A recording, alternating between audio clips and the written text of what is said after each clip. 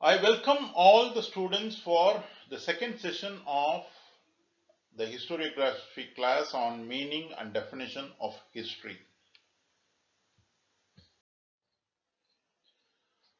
போன வகுப்புல நாம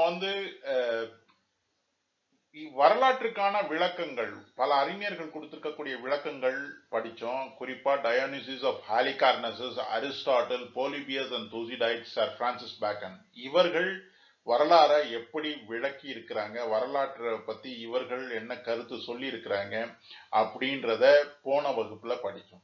அதன் தொடர்ச்சியாக இந்த வகுப்புல இன்னும் சில அறிஞர்கள் வரலாறை எப்படி விளக்குறாங்க அப்படின்றத, எப்படி அவங்களுடைய கருத்து வரலாறு சம்பந்தமாக அவர்களுடைய கருத்து என்னவாக இருக்கிறது அப்படின்றத நாம இந்த வகுப்புல படிப்போம். So last class we had seen the definitions of various scholars like Dionysius of Halicarnassus, Aristotle, Polybius and Thucydides and Sir Francis Bacon.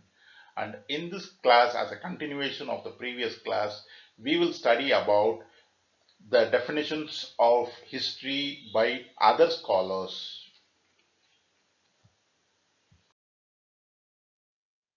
Now we will come into the definition of history by Rousseau.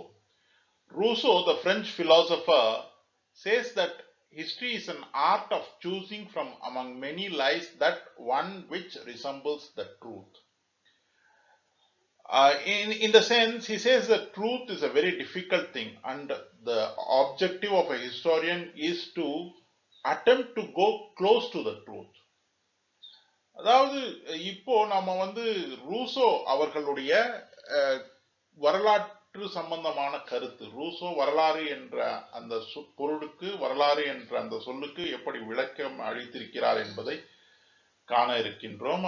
Rousseau சொல்லக்கூடிய செய்தி என்னவென்று சொன்னால், வரலாறு என்பது பல பொய்களில் இருந்து நாம் தேர்வு செய்கின்ற உண்மை அல்லது உண்மைக்கு நெருக்கமான ஒரு விடயம் என்று சொல்கிறார். அதாவது ரூசோ சொல்லக்கூடிய விடயம் என்னவென்று சொன்னால், உண்மையை தேடும் ஒரு முயற்சி தான் வரலாறு. ஆனால் அந்த உண்மையை எந்த நாளிலும் நம்மால் நெருங்கிவிடவே முடியாது. உண்மைக்கு நெருக்கத்தில் செல்ல முடியுமே தவிர உண்மையை நாம் என்றைக்கும் தொட்டுவிட முடியாது. ஏன் என்று சொன்னால், உண்மை என்பது மிக கடினமான ஒரு விடயம். ஆனால் வரலாற்று ஆசிரியர்கள் இந்த உண்மையை, கடந்த காலத்தில் நடந்த நிகழ்வுகளின் பின்னணியில் இருக்கக்கூடிய உண்மையை தேடிக்கொண்டிருப்பவர்கள் என்ற கருத்தை ரூசோ தெளிவுபட சொல்லுகிறார். Next, we will go into Henry Johnson's definition of history. According to Henry Johnson, history in the broadest sense is everything that ever happened. But it is very exhaustive and information and exhaustive explanation of history, for it is very difficult for us to record all the things that have happened and to understand all the things that have happened.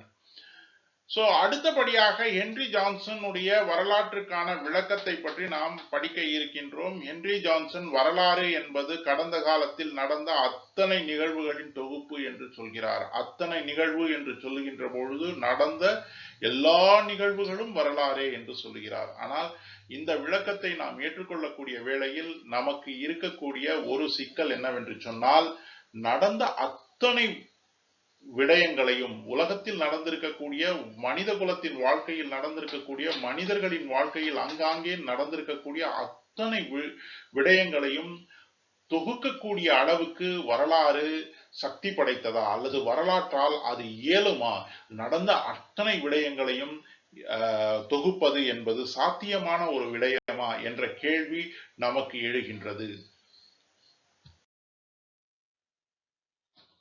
Leckie என்ற வரலாற்று ஆசிரியர் சொல்கிறார், வரலாறு என்பது நீதி நெறி விளக்கம் அல்லது நீதி நெறி சம்பந்தமான தொகுப்பு. அதாவது லெக்கியுடைய கூற்றின்படி உலகத்தில் நடந்த அத்தனை விடயங்களில் இருந்தும் நாம் நீதி நெறி பெறுவதுதான் வரலாற்றின் நோக்கம்.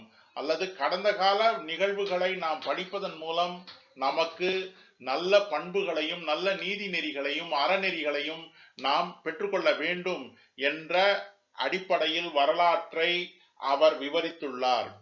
Leckie says that history is the record and explanation of moral values, which means that he says that the purpose of history is to understand the past events from the point of moral values. So he equates history along with philosophy. So philosophy is a subject which provides us with wisdom, which provides us with wisdom. So like he says, history is a record and explanation of moral values. On the contrary to Lecky, Edmund Burke says that history is a preceptor of prudence and not of principles. In the sense, he says that history does not instruct us of principles, but it gives us examples or it gives us instances where people succeed. So, history is a record of the victors. History is the record of victories. History is the record of successful people and their victories. This is what Edmund Burke says. Edmund Burke என்ற வரலாற்று அறிஞர் வரலாற்றை விளக்குகின்ற போது லெக்கிக்கு மாறாக வரலாறு என்பது அறநெறி அல்ல, நமக்கு நீதி நெறிகளை வழங்கக்கூடிய பாடம் அல்ல. வரலாறு என்பது நமக்கு வெற்றி பெற்ற மனிதர்களின் உதாரணங்களை வழங்கக்கூடியது. வரலாறு என்பது நமக்கு வெற்றியாளர்களும் அவர்கள் பெற்ற வெற்றிகளையும் அந்த வெற்றிகளை அவர்கள் அடைவதற்கு அவர்கள் பின்பற்றிய வழிமுறைகளையும் நமக்கு சொல்லிக் கொடுத்து நமக்கு கற்றுவித்து அதன் மூலமாக வெற்றிகளை பெற பயன்படக்கூடிய ஒரு பாடமாக அமையுமே தவிர அது நமக்கு நீதி நெறியையோ அல்லது அறநெறியையோ அது விளக்குவது அல்ல என்று எட்மண்ட் பர்க் சொல்கிறார். எட்மண்ட் பர்க் சொல்கிறார், மேலும் சொல்கிறார், வரலாற்றில் வாழ்ந்தவர்கள் தங்களுடைய செயல்களை பிற்பகுதியில் நியாயப்படுத்தியிருக்கிறார்களே தவிர அவர்கள் செயல்படுகின்ற போது கால சூழலுக்கு தகுந்தாற்போல் தாங்கள் வெற்றி பெற என்ன வழிவகை இருக்கிறதோ அதை பின்பற்றி இருக்கிறார்கள். ஆக வரலாறு என்பது நமக்கு நீதி நெறிகளையோ அறநெறிகளையோ சொல்லிக் கொடுப்பது அல்ல, அது வெற்றிக்கான வழிமுறைகளை நமக்கு சொல்லிக் கொடுக்கும் என்று எட்மண்ட் பர்க் கூறுகிறார். Next, we have Thomas Carlyle, who says history is nothing but the biography of great men. According to him, only people who have achieved, only people who have accomplished, only people who have made some successful achievements are people who have contributed in a major way to the development of the world, form part of history, and ordinary men, men who are very less significant, who are less important, do not anyway constitute part of history.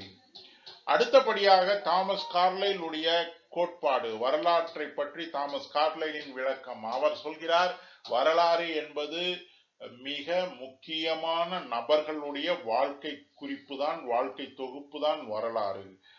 அப்படி என்று சொன்னால் அவர் சொல்கிறார், அவருடைய கூற்றின் அடிப்படையில் வரலாற்றில் சாதித்தவர்கள், சாதனை புரிந்தவர்கள், அவர்கள் சாதனையின் மூலமாக உலக மனித குலத்தின் மேன்மைக்காக வழிவகுத்தவர்கள், அவர்களுடைய வாழ்க்கை தொகுப்பு தான் வரலாறு. அவருடைய அந்த கூற்றின் அடிப்படையில் சாதாரண மனிதர்கள் வரலாற்றில் எந்த இடத்திலும் இடம்பெறுவதில்லை, எந்த இடத்திலும் அவர்களுக்கு வரலாற்றில் இடம் இல்லை. வரலாற்றில் வெற்றியாளர்களுக்கு மட்டுமே இடம் உண்டு. வரலாறு என்பது வெற்றியாளர்களின் வாழ்க்கை குறிப்புகளின் தொகுப்பு தான் வரலாறு என்று தாமஸ் கார்லைல் சொல்கிறார். Next, Seeley says history is past politics and present politics is future history. In this definition of Seeley, what happens is there is a big significance or very great importance is given to politics in history, and it limits the comprehension or our understanding of history, because history is not politics alone. History has more areas to cover. History has society, history has art, history has culture, history has various other branches. Even there is economic history. So there are several fields of history, there are several areas of history which has to be covered, but Seeley limits it to just politics. So that is a limitation, that is a limitation of this definition. அடுத்தபடியாக சீலே என்பவர் வரலாறு என்பது கடந்த கால அரசியல் நிகழ்வுகள் என்றும் சமீபகால அரசியல் நிகழ்வுகள் நாளைய வரலாறு என்றும் சொல்கிறார். ஆனால் இந்த விளக்கத்தின் அடிப்படையில் பார்த்தோமே ஆனால் அவர் சொல்ல வரக்கூடிய செய்தி என்னவென்று கேட்டால், வரலாறு என்பது அரசியல் நிகழ்வுகளின் தொகுப்பு, கடந்த கால அரசியல் நிகழ்வுகளின் தொகுப்பு தான் வரலாறு என்று அவர் சொல்கிறார். ஆனால் உண்மையில் வரலாறு என்பது வெறும் அரசியல் நிகழ்வுகள் மட்டும் அல்ல. வரலாறு என்பது அரசியல் நிகழ்வுகளை தாண்டி சமூகத்தின் நிலை, பொருளாதார நிலை, கலாச்சார பண்பாட்டு நிலைப்பாடுகள், கலை மற்றும் இலக்கியம் போன்ற விடயங்களிலும் வரலாறு தன்னுடைய தாக்கத்தை பதிவு செய்திருக்கிறது. வரலாறு இத்தனை விடயங்களையும் உள்ளடக்கிதான் இருக்கின்றது. இந்த சூழலில் சீலேவின் அந்த சீலேவின் கருத்தான வரலாறு என்பது அரசியல் என்ற செய்தி முழுமையாக ஏற்புடையதாக இல்லை. ஸோ நம்ம இந்த வகுப்புல சில அறிஞர்களுடைய கூற்று, வரலாறை பற்றி அவங்க என்ன சொல்லியிருக்கிறாங்க, வரலாற்றை அவங்க எப்படி விளக்கி இருக்கிறாங்க அப்படின்றத நம்ம படிச்சிருக்கிறோம். ஸோ இது தொடரும். அடுத்த வகுப்புல இன்னும் சில அறிஞர்கள் இருக்கிறாங்க, அவர்கள் வரலாறை பற்றி என்ன சொல்லியிருக்கிறாங்க அப்படின்றத நாம அடுத்த வகுப்புல தொடருவோம். So we have seen the definitions of certain scholars in this class, definitions of scholars on history. So in the next class we will continue and we will know about the definitions of history of other scholars. Thank you.